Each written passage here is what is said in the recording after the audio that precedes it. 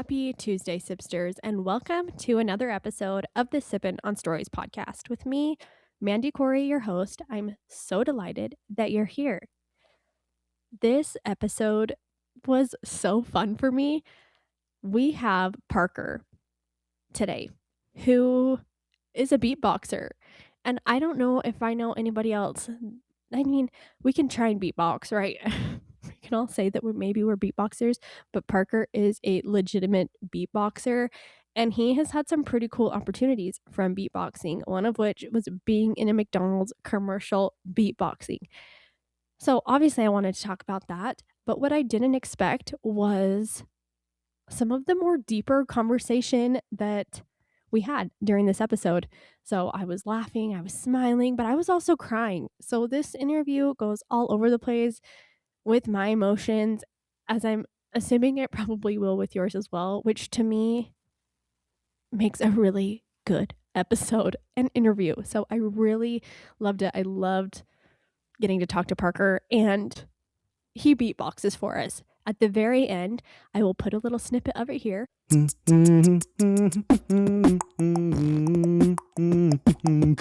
So make sure you listen to the whole podcast so that you can hear the entire thing. It's so fun. Every time he would make a beatboxing sound, I just got the biggest smile on my face.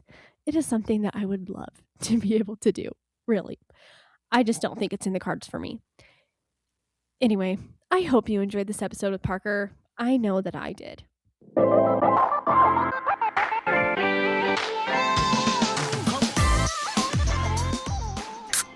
Hey, how's it going? Good. How are you doing? Doing great. So good to see you. You too. Yeah, just getting ready for work. Yeah. What is it that you do?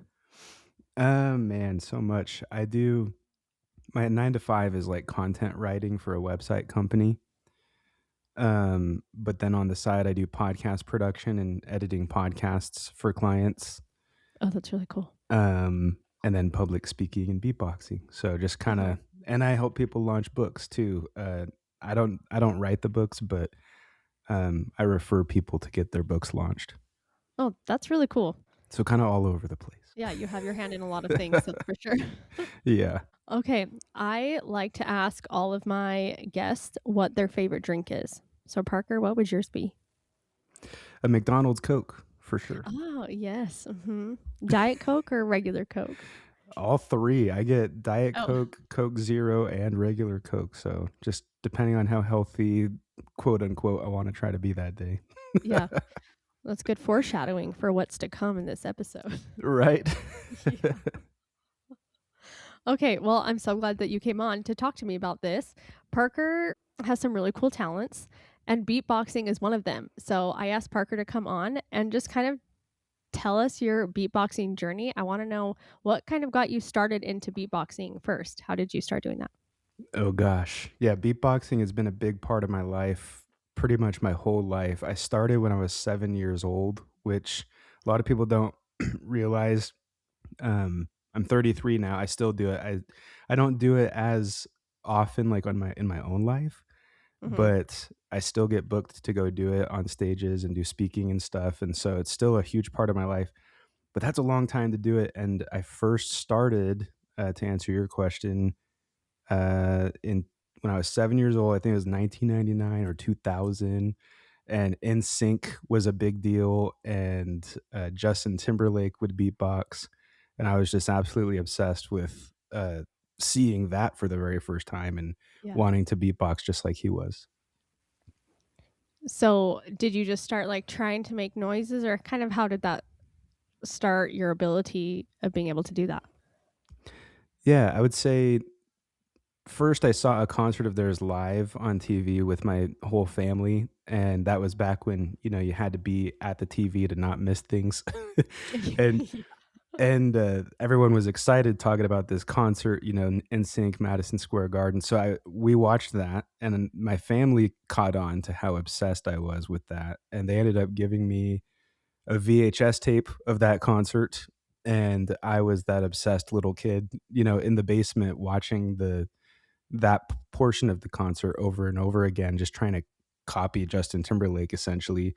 and Mhm. do it with him until I could do the whole routine as like a 7 and 8-year-old. And how long did it start for you to be able to actually, like, make the sounds, do you think?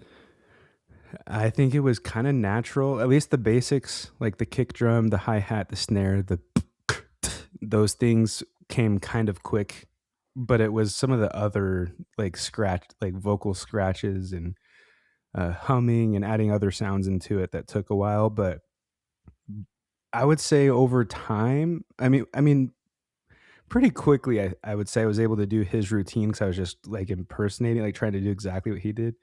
But over time, it's interesting, it started to kinda turn into my own style, and I've seen that time and time again with all kinds of singers and beatboxers, is they kinda start with an influence, and then somewhere there's this switch where it just becomes their own, and they start developing their own style.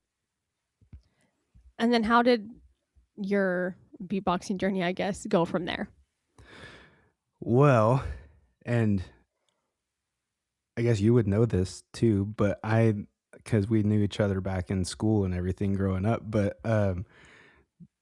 I never gave it up, and just even throughout middle school, high school, I was beatboxing at assemblies and all that, and just every talent show I could, every band concert I could, and was just I don't know, it's just something I felt so drawn to do, like there was some kinda deeper meaning behind it and deeper purpose, and not gonna lie, it oftentimes felt very discouraging because even though people think it's cool, you think as the creator, you're like, "Oh, it doesn't go anywhere, nobody sees it, nobody cares, like, I don't know if this will ever pay me money," and Yeah. it was very discouraging, but, and I'm sure we'll get into it, but, later in college and stuff, I had a video go viral, and I've had lots of success with it later on in life, and it kinda made it worth it, all the pain before.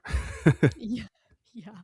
Um, I guess backtracking a little bit, um, where would you find, like, the different sounds, or how would you decide to, like, change up your style? Because you said you kind of found your own style. Like, what exactly did that mean? Like, were you making I just don't know, like, hardly anything about beatboxing, obviously. So, would you just, like, kind of sit around and, like, mess with different sounds on your own? Or, like, what do you mean by that? Oh, man, probably a mix between some kinda ADHD thing and, uh, you know, going somewhere safe, like, internally. Like, beatboxing became kinda my escape from the stresses of real life, and something happens to me when I'm beatboxing where I just am in, like, a flow state, and I'm not even thinking, it just kinda comes out. But I think a lot of the times, at least starting, it was everything I would hear in songs. So if I heard a different kind of snare, I would try to mimic that one, or different kind of bass. And then there's an element of, like, our bodies having a different makeup too. Like, beatboxing is all voice, and everybody has, just like everyone has different fingerprints, we have different voices and different unique things about us. So when I do a throat bass, for example, which I don't know if it'll come through on Riverside, but the like that deeper mine is different, sounds way different just naturally than any other person that does throat bass, but I won't be able to do theirs the same way either. Mhm. And then the different kind of snares. So like pitch was a big part of it. So I realized that the K snares, there's different pitches. So like all of those, the P snares, the all of those are different too. Toms, bass, all of it. So just kind of playing around with whatever I heard listening to music. Were you also I'm trying to remember, were you in choir?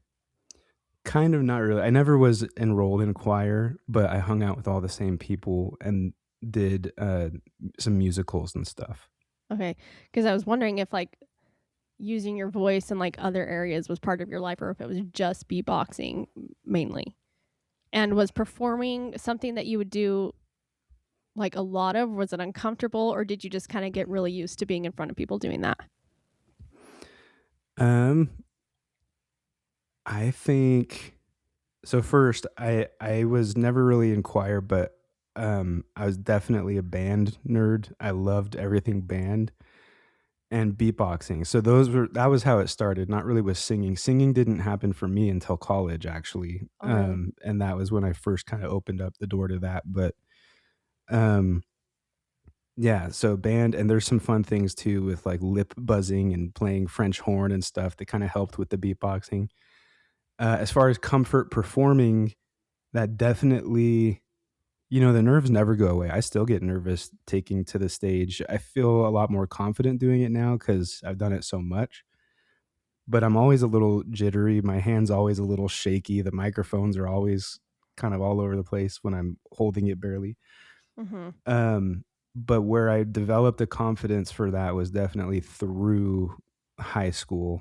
And then serving an LDS mission too was I was the beatboxing missionary. So Oh, I would get comfortable beatboxing in front of people that I'd never met before or people that where I'd did you just met. serve? Oregon. Okay. Mhm. But yeah, it was interesting because, I'm just barely meeting somebody and a companion will be like, "Hey, show them your beats or something." And it made me nervous at first, but just putting in the reps, over time, all these different ways is what built the confidence for it.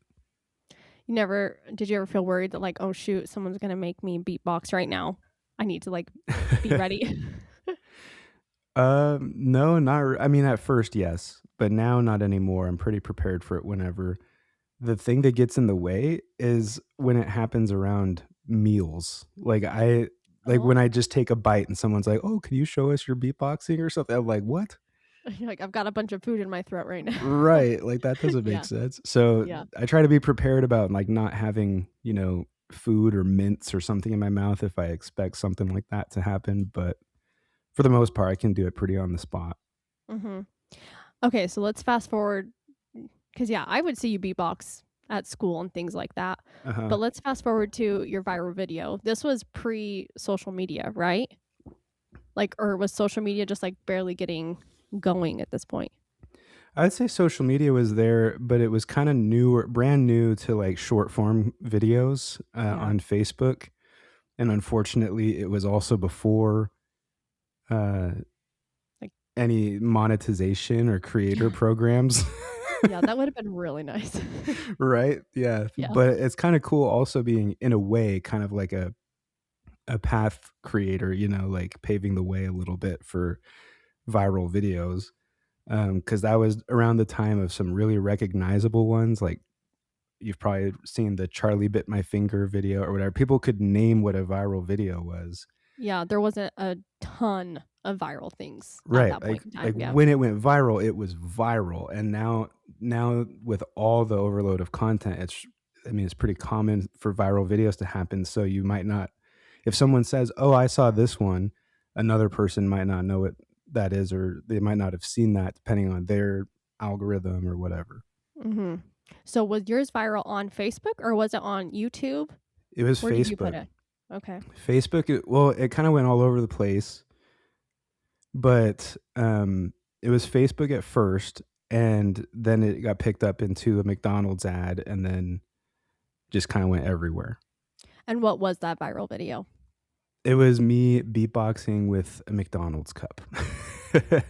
So Just people with could your look it friends? up, but Yeah. yeah, well, and I can get into the story of it. I don't know how deep you wanna go on the podcast, like, Oh, I would. this is a story about going deep. So, as deep Okay, as you want to go with it. okay. Well, then I'll do that real quick if you're cool with it. It's Yeah. kinda deep, and it's the side of the story that a lot of people don't, put together or know about unless I get out and share it like this. Mhm. But uh, getting into college, 2015, I was pretty early to college, and I was struggling a lot with like mental wellness and depression and anxiety. And that's a part that I didn't really make known during that time, but it's kind of nice to talk about it, in hindsight in hopes to help people who might feel the same. But really some dark times, and I kind of credit it to putting beatboxing and everything I was passionate about on the back burner for so long. Because starting college, I had already gone like 3 years of putting everything I loved on the back burner, Mhm. and then in college, you felt this immense pressure of, like, having it all figured out, going into something that's going to make money, having all these big life questions answered.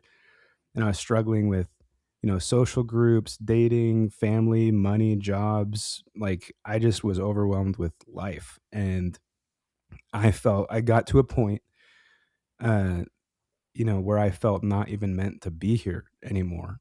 And it was really, really dark. One particular night, October 4th, 2015, that was the darkest it ever got for me in my life, my thoughts. And in those dark times, God intervened and like literally started to steer my thoughts a better direction. And it's like my overthinking turned into some kind of prayer, and like he was guiding my words to say things like, just hang on another day, or, I've got your back. There's always something tomorrow. You never know. And that night of that prayer, my friend Sean called me and was like, "Hey man, do you want to go to McDonald's with us tonight?" And he invited me out for this late night McDonald's run. And I was, normally I would have totally said no to that, particularly in a situation like that where I was just crying and feeling like garbage. I would have been like, "Nah, man, I just need some time."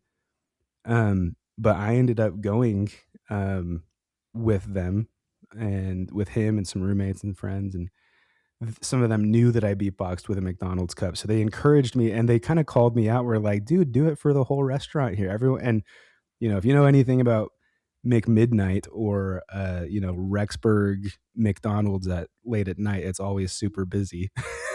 Because what So else is there to do in Rexburg? right, exactly. So there, it's always packed, and so this wasn't like your normal McDonald's crowd. This was a big crowd, and yeah, they encouraged me to stand up and do it in front of everybody that was there, and I did, and everyone recorded it. And my friend Sean, on the way out of the restaurant, he showed me the video he got. He's like, "Hey man, do you want this?" And I was like, "No, it's garbage. Nobody would watch that. I hate it. I don't like that angle. I could have done better. The sound could have been better. There was too much noise in the back." I just critiqued the crap out of that thing As and was people like, do, yeah. "No." Mhm. And he was like, "All right, well, can I post it?" And I was like, "Yeah, dude, go for it." And he had a couple hundred friends on Facebook, and I was like, "I didn't, whatever." He posted it, and the next morning it was over 50,000 views. By the next by the end of that day, it was over 1 million. By the end of that That's week, it was crazy. over 10 million. And at that point, I was getting hit up by companies, including McDonald's, and That it fast? within a week or two. And Wow. then uh, over the span of 2 years, it crossed 1 billion streams, Oh which my is gosh. Which back then was, like, insane. right. Yeah, it's How are still they reaching crazy. out to you? Are they just, like, reaching out on Facebook because that's where the video is, or how are they finding you? This is so funny. So, I mean, I found it initially. They contacted me through an email like that I responded to. Um, I can't remember his position for the life of me, but some guy named Charlie, and we hopped on a call, and he totally hooked up like the whole McDonald's commercial experience, and it was awesome. Mhm. But the reason it's funny is because last night I was going through my ex account because I've never used Twitter ever. I never cared about Twitter. I don't know why, but it just never. Yeah, I've uh, never been on Twitter either. right. Yeah. So I screenshotted this. I don't know if you'll be able to see it, but Mhm. um Notice you've been dropping some sick beats. Mind sending us a DM so we can connect further on Twitter. That was on Twitter. that was on Twitter, October 22nd, 2015. And what are you doing as you're watching this video that you were critiquing so heavily just, like, exploding? That was absolutely surreal. I remember when it crossed 1 million views, I literally just hit my knees in prayer and was like so thankful, not for the views necessarily, but more because it felt like, 'cause the night before Yeah. I was ready to give up, and I was like, "Wow, this is quite the freaking answer to a prayer," like, at least I know that I have something to give, Mhm. and there's more of this in the future. Like, God wouldn't give me this opportunity only to say, "Well, this is your only time to do this, and then I'm gonna turn off the faucet," like, no, this is you're meant to go do things like this, and that's why, speaking in his words, kind of. It's like it felt to me like he was saying, "That's why I gave you that at 7 years old.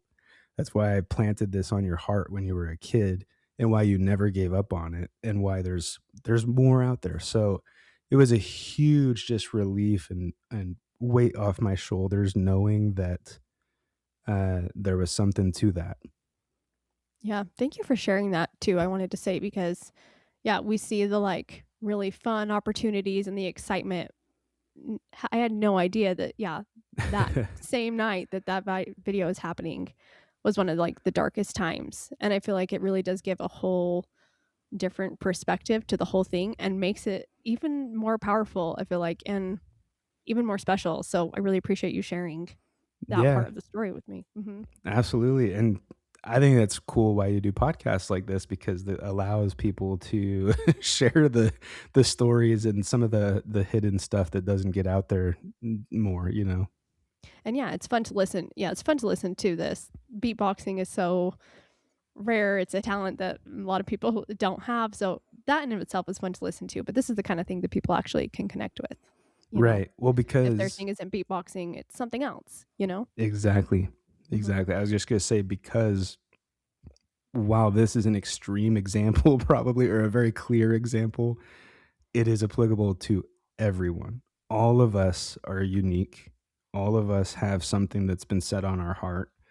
And sometimes we overthink ourselves into not being clear on what that is. But if you can get into any kind of alignment with yourself and with God and pursue the things you want, I mean, if there's something on your mind that you feel like you are drawn to do, it's there for a reason. It's not there for fluff or for nothing. It's there because you're supposed to do that thing. You were designed to do that thing.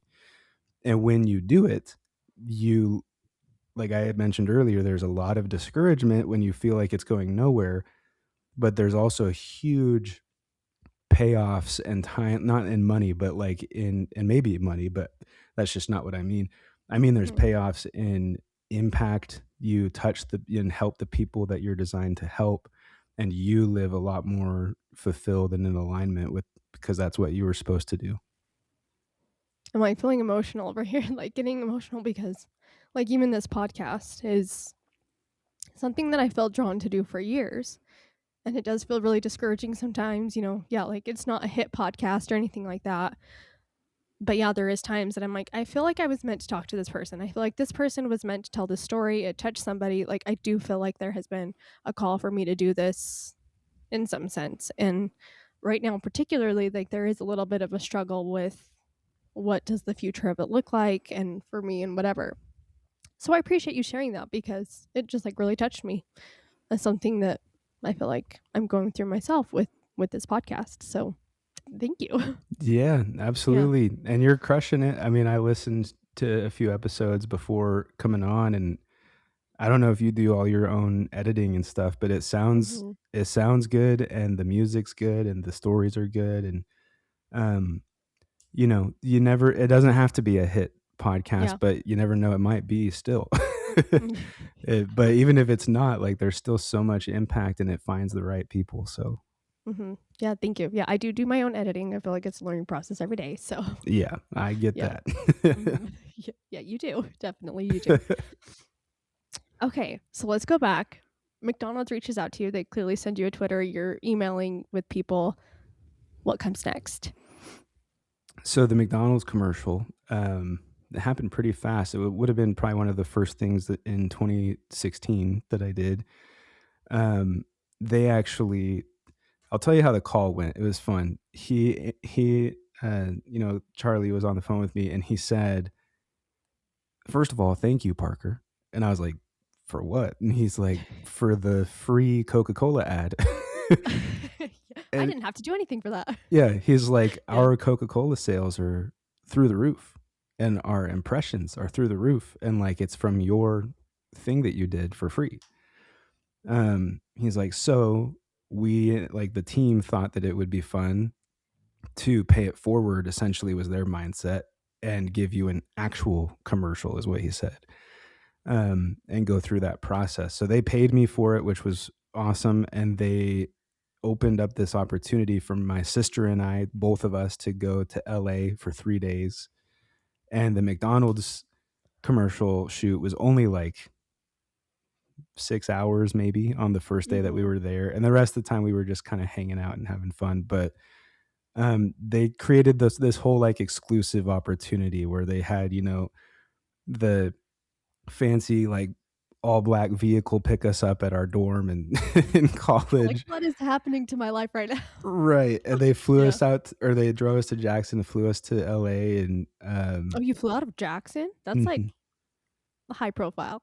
I know, right? Like, Yeah. I was like, they went all out on, like, just Uh-huh. making it fancy. You could tell that they were just like I don't know well, I don't know if that's normal for them and it was just not Yeah. normal for me, or if they were trying to make it really cool for us, but, Was your um sister also like, "Wow, I'm so lucky that I'm doing this with my brother?" yeah, I think Oh, so. Yeah, yeah. it was a good time. She was fun and, yeah, the McDonald's commercial was really interesting because it's a whole set, they have a whole entire store that's just dedicated to doing, like, commercials, and then the people that are in the background, like, the extras, they're all part of SAG, the Screen Actors Oh. Guild and, like, actors, Mhm. and they probably just were, people who picked up the job, and they do things like that all the time. Mhm. Um, they had makeup artists, they had food artists, all kinds of camera guys, lighting guys, and it kinda hit me, sitting there getting filmed over because he did it over and over again, Mhm. and I was just like, "Dang, like, is this the same kid that was, like, bullied in middle school? Is this the same kid that was, like, the weirdo beatboxer in a band concert in high school?" Mhm. It clicked for me, like, "Dang, like, this is kind of like I'm making it, and, like, I'm like, in a way, it's just giving me permission to do it more and keep going." You obviously don't have to give me, like, specifics, but financially, was that also, like, a good thing that happened to you too? Like, was that wild, or was it more the experience that was wild? Like, curious about that side. Yeah, there's both. So the experience was wild, and then the financial too. I mean, I'm learning now, like later in life, that I probably could have like Hindsight. negotiated and asked for more and stuff, Mhm. but it did help a lot in the moment. Like they did some other cool things too, that a lot of people don't know. They helped pay for like my student housing and stuff for like to finish college. Like, the entirety of college? Like the last like year and a half or so. Mhm. Oh, Um, wow. and around the time I did my internship, and they also paid for me to go to Nashville and do my internship with McDonald's in marketing and advertising and all that.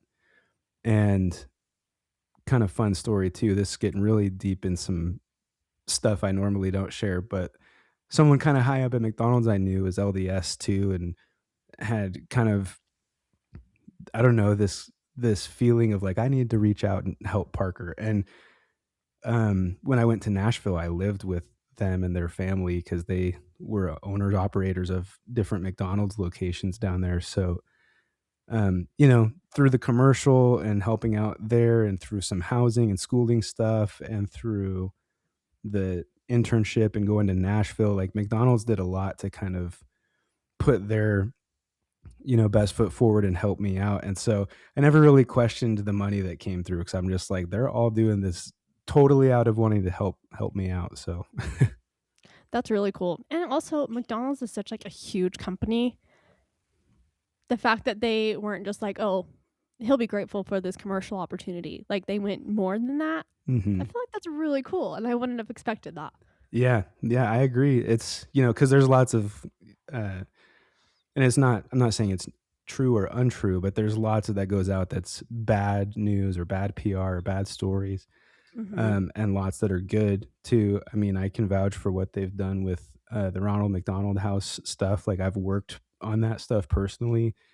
And another thing is that just came to mind was at the time they even like worked with me to create like a campaign because they wanted to start working with other people who had talent and not just go the traditional like hire the professionals route, but open it up to And I think that's still kind of how they do things today. Like they try to find people who are out there doing it already and Mhm. then give them opportunities, which is really cool.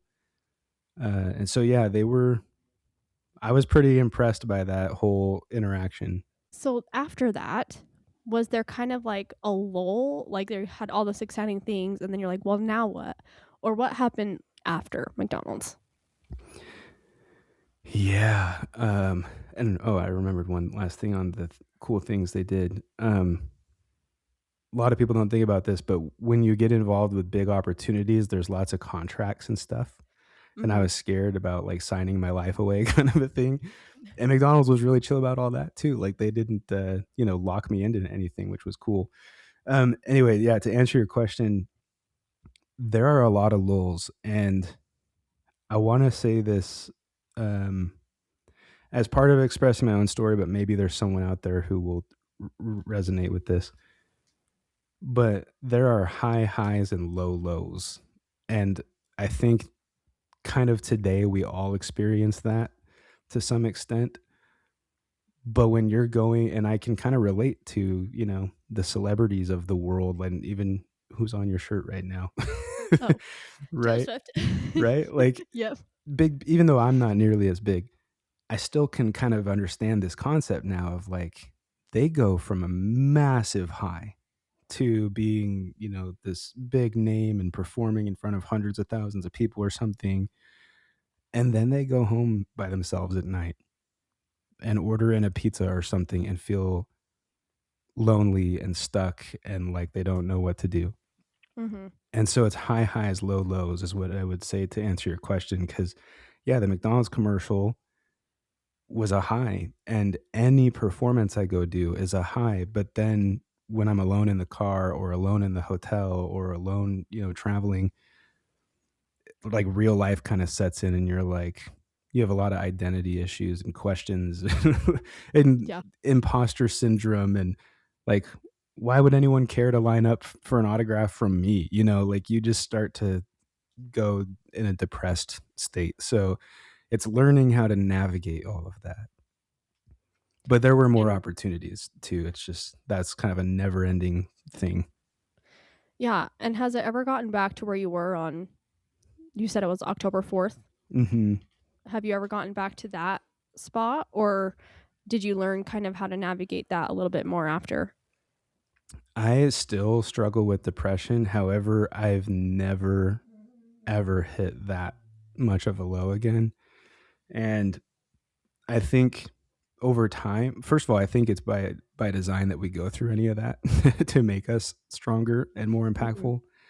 But also, the more you go through it, the more you learn the better outcomes, the more you learn to trust. Like I cannot deny, as weird as it is, because we're talking about a chubby white kid in glasses in Rexburg, Idaho, making beatboxing noise with a McDonald's cup, right? Like as weird as the thing is that I'm talking about, I know with 100% certainty that that came as an answer to prayer from God. Mhm. And so now I can't go back to that level of depression because of that. Like, pre that. Right, because I Mhm. know that he's there and that he's gonna answer in some ways and that even if it's really hard, I just gotta stick it out till something better happens. So, Mhm. um, just the sure knowledge that comes from the experience helps you not be able to step to that level of low again. Um, there's something else on my mind, but it's gone now, so maybe it'll come back. Sorry if I distracted you. No, you're good. Okay, so what kind of opportunities did come after that? Where have you been for the last well, that's been 10 years ago. So what other things have you done the last 10 years that have been kind of cool for Yeah, you? well, totally on a side note, I started doing more singing, and I actually auditioned for a few TV shows a couple times, which was fun. Like The Voice or Mhm. American Idol, like those? Oh, fun. I've auditioned for The Voice twice, and, maybe in the future, I'll do something like that again too, but I just started experimenting a lot with music and doing YouTube and doing cover videos with my friends and all that, and that was in college, but as far as beatboxing speaking, one of the biggest conferences I was so excited about was in Orlando, Florida, and I got to open for Damon John from Shark Tank. Oh, And really? That's really cool. and I have been on tons of stages, all kinds of creator conferences around the country where I've just shared the stage and then got to talk in green rooms with people and then be at the VIP networking events with uh, celebrities, YouTubers, influencers, and then just your average like leadership conferences or chiropractors, dentists, those kinds of things. They all have conferences every year and they want to hire out like entertainment and stuff. Entertainers. And Yeah. Mhm. but the biggest payoff about all of it literally is the impact because you realize that the message is needed everywhere. Like Mhm. there's a chiropractor who needs to hear that they're not just like every other chiropractor. And so it's kind of hard to put myself in a niche. That's one of my biggest struggles, but there's been lots of events and opportunities. So, and it's slowed down too. I'll be transparent. I have a 9 to 5 job, right? I have ups and downs where I have more clients or more events, and then I feel like I have no clients and no events. Mhm. It's just a never ending loop of trying, and I still kind of feel like I'm trying to break out into something else. But the way I like to look at it, and a mentor of mine, Mark Imperial, he's actually who I work with to help people launch books. He told me, he's like, the first time God did it for you, the first time it was viral and it just happened to you. Next time it's going to be because you intentionally built something great. And that's what I'm kind of working on. Mhm. I feel like that's a really powerful statement as well. Like, you also have to put in the work. It's been given to you a little bit, but the rest is, like, on you with a little bit of help, obviously, but Right. It's like yeah. showing you what's possible. Mhm. Okay, I just had a question and I lost it. No worries. I know I can take the story all over the place. No, I really liked it. I didn't quite know how the story was gonna go, and so it's been cool. I looked up one video and you were giving, like, a speech somewhere. I don't know where you were, but I was like, "Yeah, this is really cool," and I feel like, yes, you found this great talent that has brought you a lot of things, but you're also very good at communicating, and, like, earlier, like, you got me emotional. You have a very good way of speaking and telling your story in a way that it can touch these other people, so I'm like, "Yeah, a chiropractor really can hear some things from you and take a lot out of it," and I think that that is really cool. Yeah, first of all, I appreciate that. That means a lot. Because I still struggle with like why, what am I doing? What's my niche? Why would anyone hire me on stage kind of a thing. But I think as far as communicating as a skill, I think that is fairly recent, like since COVID probably, where just Oh, like I was intentionally, trying to be better about my keynote speeches and I don't know, maybe there's an element of just clarity. The more more and more is coming together, so it's starting to click more what I'm supposed to do. yeah, that makes sense. COVID did a lot for a lot of people, for a lot of different things. Right. Yeah. Yeah. I Okay, appreciate the compliment though. yeah, and I know you have a podcast, correct? You said that? Yeah, and that's it's called Upbeat with Parker Kane. And that is one of the biggest struggles of my life because I have felt exactly the pain that you referenced earlier where I'm Oh, just yeah, like I'm doing this all the time, but like what is it doing for me? And uh-huh, it's a real and the niche thing, sometimes I feel like when someone reads Upbeat with Parker Kane, they don't know what it's about or they think it's going to be just beatboxing and upbeat energy and fun, and I'm like, no, I'm mhm, talking about anxiety and depression and how to turn your story into something powerful. So I don't know, I've considered like rebranding or starting something new, and I'm just kind of posting occasionally right now. mhm. I love the name, it's very you, but yeah, I can understand the podcast dilemmas for sure. How long Yep. have you been doing that podcast for? January 20th will be 7 years. Oh, wow. Yeah. Yep, Yeah, so that it's has gone definitely through been a while. phases. Mhm. Yeah. Okay, well, I know you have a call coming up, so I will let you go. I really appreciate you coming on. Obviously, I would love if you would do a little beatbox thing for the podcast. I don't know what you would want to do, but I'm sure my listeners would love to hear it. Yeah, absolutely. And I don't know if you do intros like separate or anything, but you could put this at the intro or you could tease it at the beginning and say like, hey, at the very end, this is Yeah. there. And maybe it'll get like some retention and stuff too. But yeah, I could just do sipping on stories in a beatbox. Okay. Yeah. Love it. Go for it. Sipping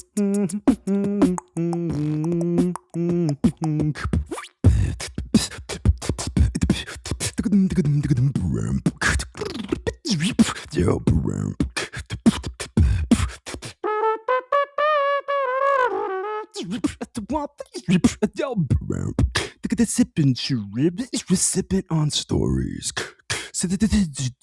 Sipping on stories. I don't know if there's anything else to say after that. That was amazing. I'm just gonna Thank end this you. episode with that. Thank you so much, Parker. It was great to talk to you. Thank you. Thanks for the connection and the chance to share the story. We'll see ya. To see it. Okay, Sipsters, I have to know. Did you laugh? Did you cry? Were your emotions all over the place like mine were? So I hope that you enjoyed that. You know what? I'm a little bit tempted to just take that beatboxing snip at the end and just make it my music from now on. Parker, how'd you feel about that? Oh, it was just really fun, really cool. Okay, I realized I have not done a What Am I Sipping On segment for quite some time. So I figured I would do that today. And I'll start by saying I'm not ashamed to admit I get influenced a lot, okay? People post things on social media that they like swear by and love, and I get influenced. However, some of my favorite things that I've ever gotten, for example, I have this like shiatsu shoulder massager that I saw somebody have on Instagram. It was one of those like, oh, this is on everybody's Christmas like guides or whatever as a great gift. And I bought one and I loved it. And I went and I bought one for every single person in my family that I had for Christmas that year because I was like, you need this in your life. And my sister in law will still tell me how much she loves it years and years later. So it's not always bad to get influenced to buy things, okay? One of those things that I have seen lately is a vibration plate or a jiggler plate, however you want to call it. And I was like, wow, that just seems like I would enjoy that. I really think I would. Why? I don't know. But I'm being influenced right now. So I went onto Amazon and I added one to my wish list on Amazon. I did think I probably will never buy this for myself. Like, they can get a little bit expensive and will I even like it? So it's just been sitting there in my list. Well, Christmas came along and my other lovely sister in law, Justine, bought me a vibration plate for Christmas. And I was so excited. I was like, what? Like, how did she even know? But then I was like, oh, she probably knows because we share an Amazon and she can see my list and she bought it for me. And I was just so grateful. And I have been going on it every single day since then. And I love it. I've done it for different things. My husband's like, do you even know what you're doing? I'm like, absolutely not. I have no idea what I'm doing on this. I think I'm just supposed to stand on it. But then I was like, I think people can actually use it to exercise too. So I've been trying to like incorporate exercises. I did a core workout and I'm not kidding you for days. And it was only 5 minutes. Okay, granted, I had done a core workout before I did that, but I incorporated it into my workout. And for days and days after, my abs were so sore. And I was like, yeah, it was a vibration plate. Like it was hard. So I've used it for that, but I've also just used it to stand on and I don't know what it is about it. I'm like, is it relaxing? Maybe. Does it feel good? I don't know. I just love it. And I just do it for like 10 minutes and sometimes I'll get on it a little bit more. That is what I'm sipping on right now is my vibration plate. So if you're wondering if you should get one, so far I've loved it. So let me influence you to buy a vibration plate. Just kidding. You don't need to spend money if you don't want to spend money. But I've loved mine. And I'm not an influencer, so you can trust me. Okay, I talked about that for a long time.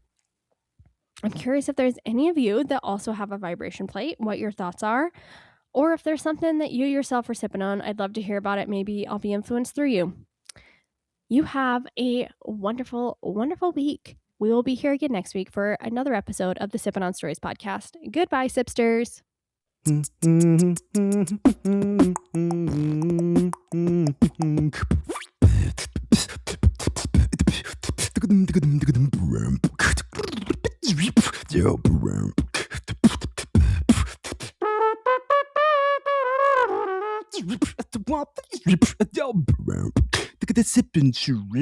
Sipping on stories.